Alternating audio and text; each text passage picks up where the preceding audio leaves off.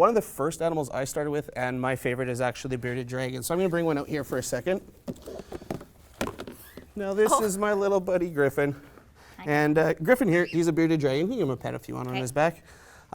He comes from Australia. He's in the dragon family of lizards. And well, we can see he's got a big lovely beard under here. Now, what he likes to show off for the ladies, what he does kind of like when I flex my muscles, is he'll actually puff out his chin like a big balloon. It turns black, jet black. Even if the dragon comes in like orange, red, yellow, green, brown, whatever color it might be, puffs straight out and does a head bob. It's pretty funny. He'll actually start bobbing his head up and down, back and forth. If you do little push-ups, little push-ups up and down to show how strong they are. And if the girls see that, I think it's kind of cool. They'll actually start to throw their hands up in the air. They wave them like they just don't care. They dance back and forth. It's pretty funny to watch them move it around. But if they don't like those boys being silly, this tail actually turns into a weapon. They'll use it as a whip, try and hit them with it, back off. Or they'll even puff out like a buffer fish. They'll take a big breath, puff out, and then all these spikes here, you'll see they kind of move back and forth. But what they can do is once they're puffed out, they're not going to get picked up like that. Or if someone's trying to eat them, all those puff spiky parts are not going to help them. I've never seen one that color before. Do you want to try holding it?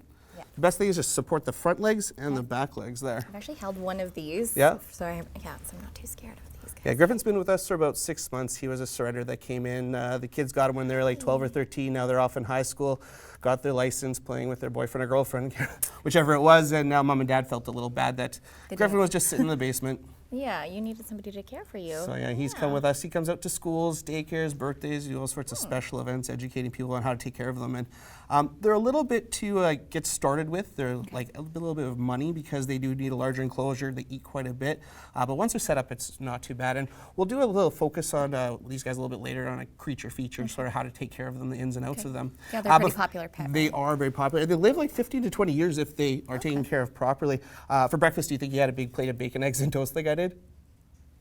Probably fruit. Well, yeah, actually fruits, veggies, salads for the breakfast. Okay. Lunch and supper's when they eat the gross stuff. Crickets, cockroaches, right. worms, even some little mice for a snack once in a while. Oh, really? Oh, yeah. Not too often, though.